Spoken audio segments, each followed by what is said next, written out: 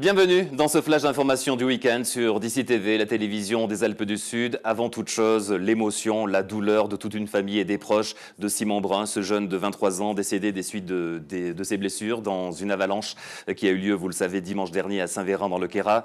Les obsèques avaient lieu ce samedi matin en l'église Saint-Roch de Gap qui était noire de monde. De mémoire de Gapençais et de Walpin, on avait rarement vu autant de monde. D'ici s'associe évidemment à la douleur des proches et de la famille de Simon Brun en présentant toutes nos condoléances. Émotion également dans le Guillestre 3 à Réautier, dans le Queyras et à Montgenèvre où il avait une affaire suite au décès des suites d'une longue maladie d'Yvan Hurly à l'âge de 47 ans. Les obsèques auront lieu en l'église de Guillestre ce lundi à 15 h. Allez, passons à un registre heureusement plus léger avec une bonne nouvelle pour le monde économique des Hautes-Alpes. L'association Basique Entreprise accueillera Aimé Jacquet, l'entraîneur vedette historique de l'équipe de France de football. Il sera présent à Gap, ce sera le 10 avril prochain autour de chefs d'entreprise pour les conseiller en particulier ou entre autres sur le management. Grand rendez-vous, évidemment, ce dimanche soir à partir de 18 h sur d'ici TV, d'ici Radio et d'ici.fr pour tout savoir du premier tour des élections municipales. Dès 20 h, nous vous donnerons tous les résultats dans votre commune et dans l'ensemble des Alpes du Sud. Suivront bien sûr toutes les réactions, toutes les analyses avec tous nos envoyés spéciaux aux quatre coins de notre région. Soirée électorale à ne pas manquer ce dimanche sur le groupe d'ici.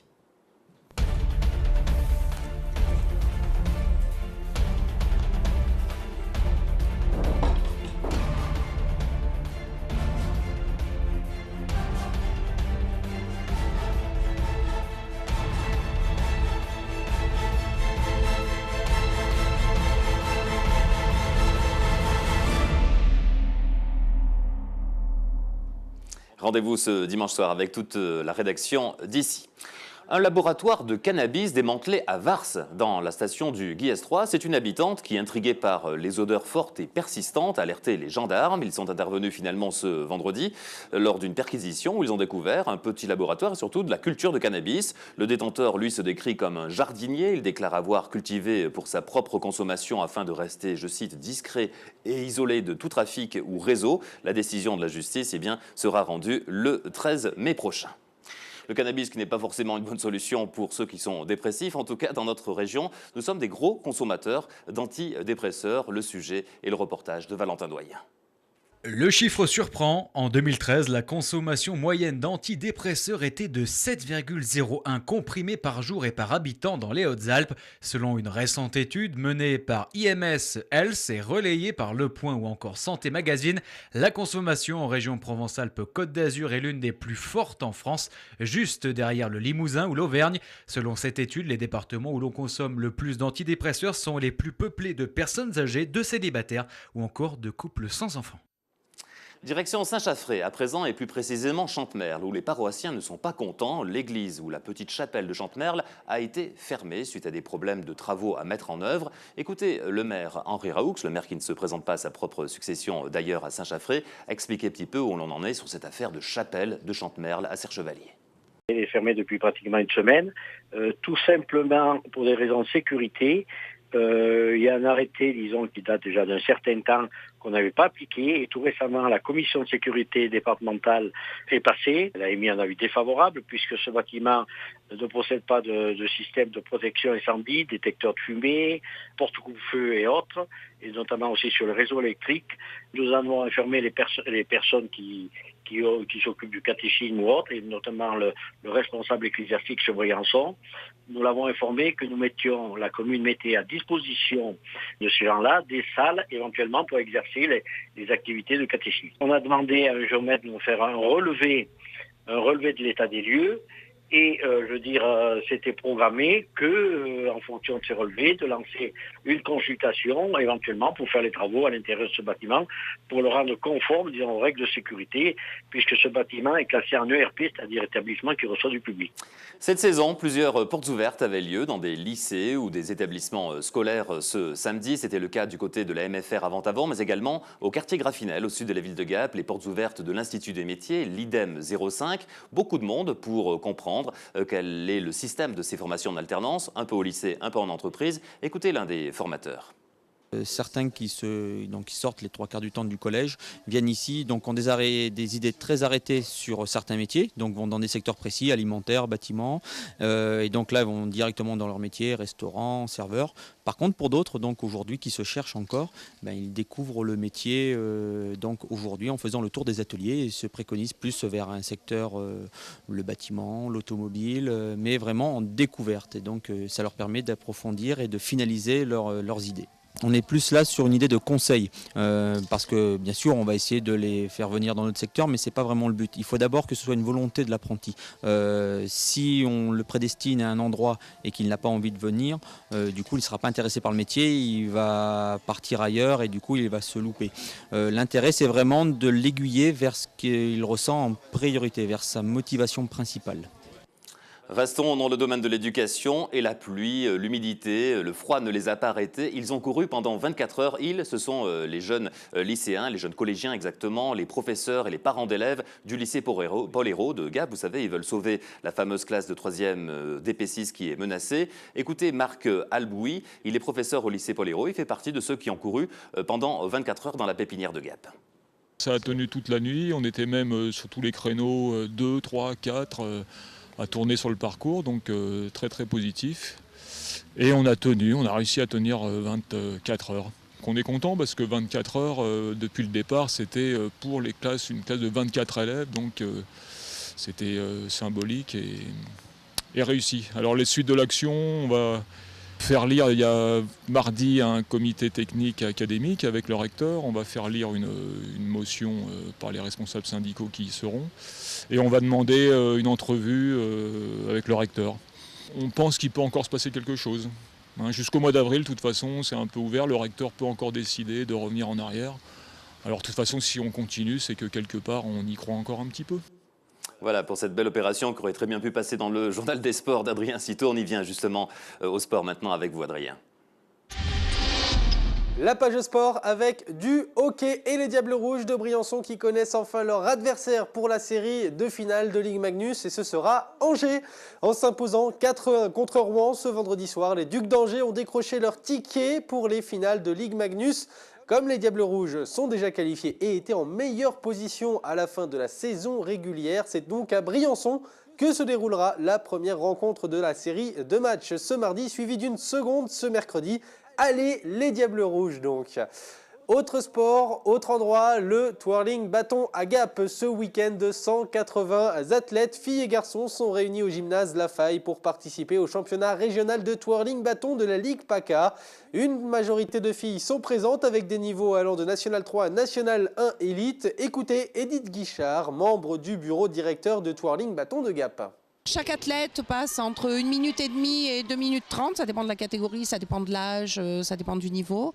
Certains passent en solo, d'autres en duo, d'autres en équipe, et quelquefois ils cumulent et solo, équipe et duo. Donc il y a effectivement les chutes qui sont comptées pour 0.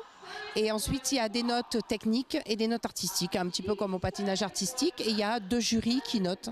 Donc il y a 2 notes techniques, 2 notes artistiques.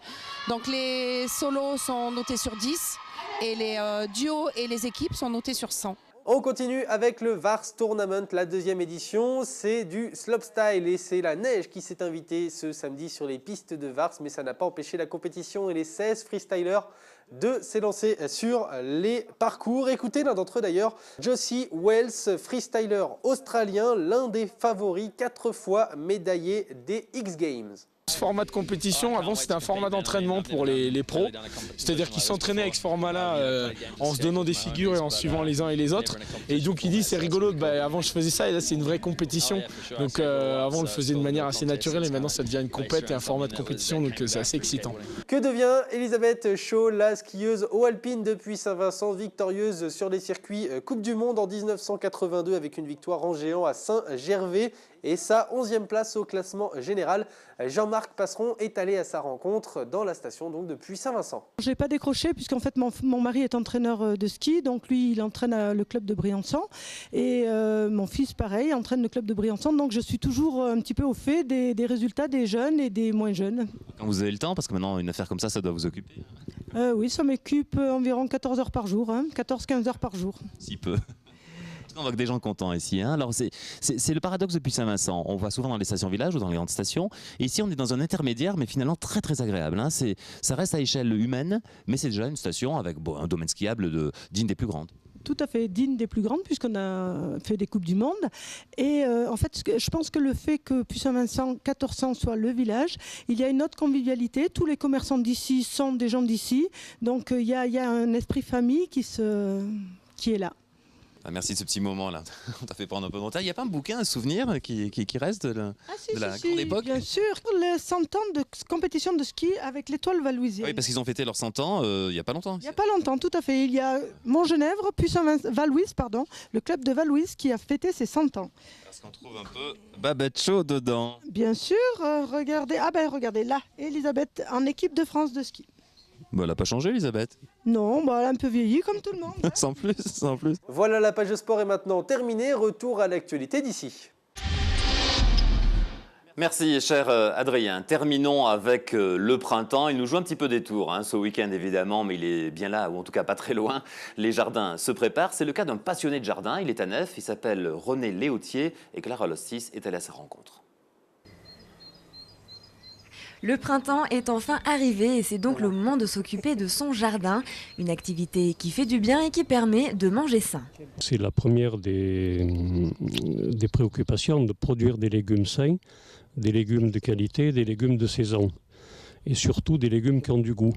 D'autre part, ce qu'il faut dire aussi, c'est que le jardin, c'est un lieu où on a un contact avec la nature. C'est un lieu d'observation. On est en contact avec une faune et une flore qui créent la biodiversité. Et ça, c'est très important. Et c'est aussi une source être dans un jardin, c'est une source de bien-être et de santé.